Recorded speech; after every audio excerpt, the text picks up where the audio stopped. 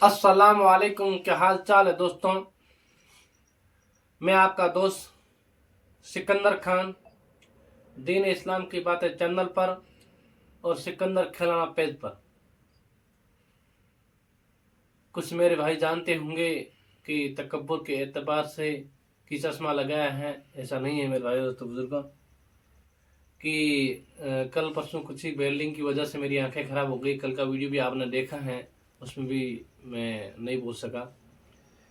मेरे भाई दोस्तों बुजुर्गों, कल मैंने वीडियो बनाया था, उसके अंदर जो टारगेट था वो आपको सब बताया कि भी नमाज पढ़ना जरूरी है।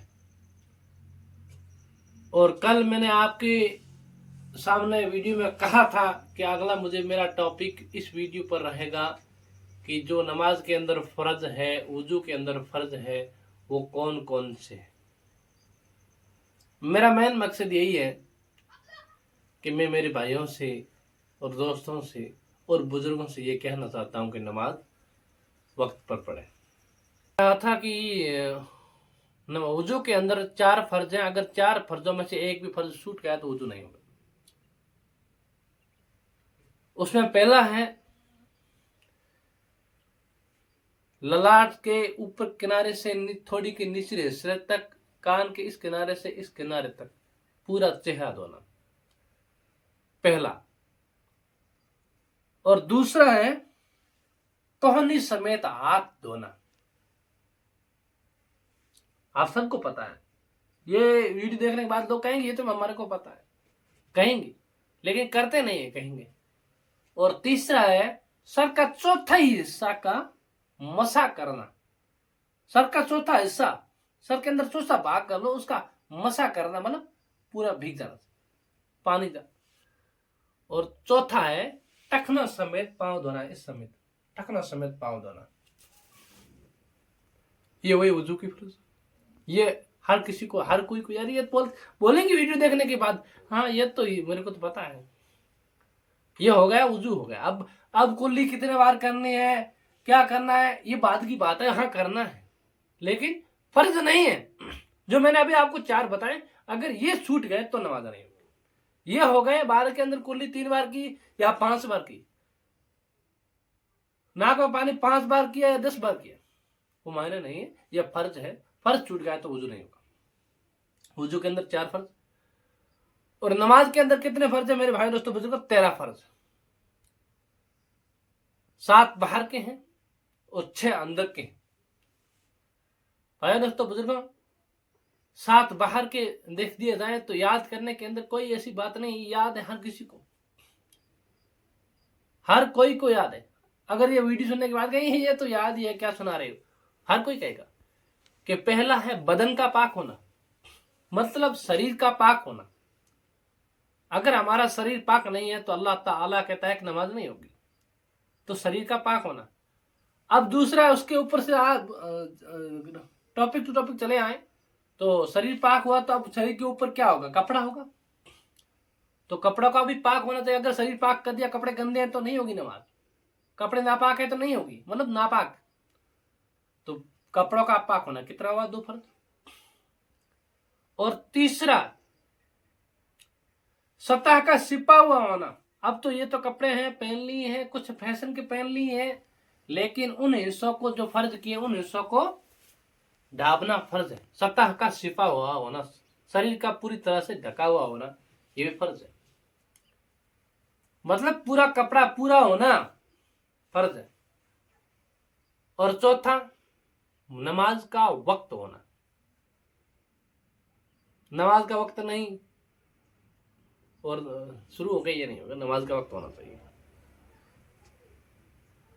नमाज का वक्त होना। अब नमाज का वक्त है, सारे हो गए, प्रोग्राम हो गया। अब नमाज पढ़ेंगे किस पर? जमीन पर। हर जगह नमाज नहीं पढ़ सकते, लेकिन जमीन पर तो पढ़ेंगे। जमीन भी पाक होनी चाहिए, जमीन भी नापाक पाक होती है। तो जमीन का, सतह का पाक होना, जगह का पाक होना,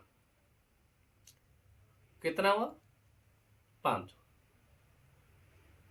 अब सीधा खड़ा होना, मतलब किबले की तरफ रुख होना, कितना हुआ? 6 हुआ। हर कोई को पता है किबला किस तरफ है, किबला की तरफ रुख होना, ये कितने हुए? 6। और दिल से नियत करना। नियत कोई कहता, बंदा कहता नियत अल्लाह ताला के कैसे कहूं, क्या कहूं, नहीं।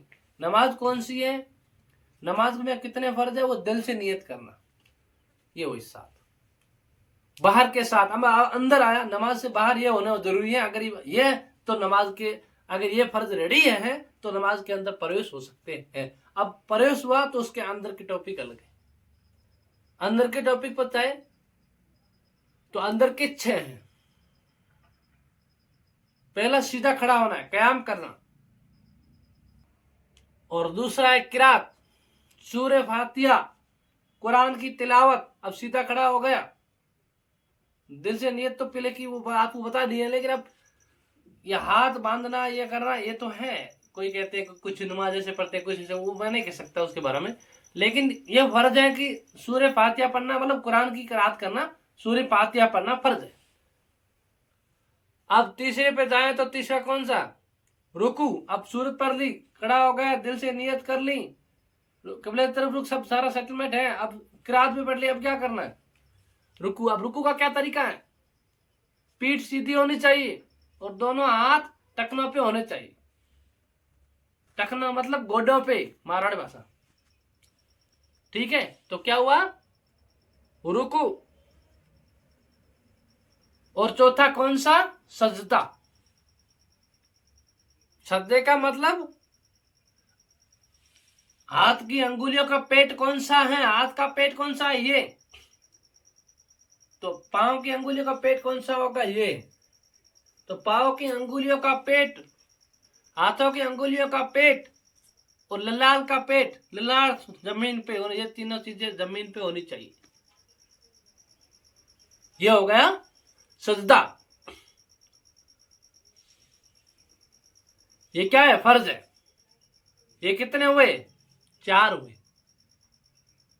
अब अत्तहियात की मिकदार पे बैठना,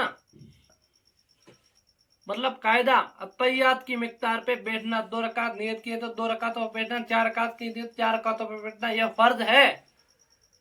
5 हो गए। अब छठा कौन सा है, कि सलाम फेर कर नमाज को पूरी करना। अस्सलामु अलैकुम वरहमतुल्लाह, अस्सलामु अलैकुम वरहमतुल्लाह। ये कितने हुए, 6। तो 6 अंदर हुए और 7 बाहर हुए, कितने हुए टोटल, 13। और रुजू आपको पहले बताया कितने हैं, 4। अब ये चीज जो पता ये है, नमाज पढ़ सकता है बंदा। दरूद शरीफ नहीं आती, मेरी टोपी नहीं है, मेरी दाढ़ी नहीं है, मेरे पास कपड़े सफेद नहीं है, मेरे पास कपड़े सट्टा लगा, पेशाब का लगा, वो लगा है, टाइम नहीं है, ये नहीं है, ये बहाना मत बनाओ, नमाज कदा मत करो। पूरा दिन गुजर जाता है, कोई पता नहीं, नमाजें कदा हो रही हैं, अजाने लगने दो, फोन के अंदर घुसे हुए बड़े हैं।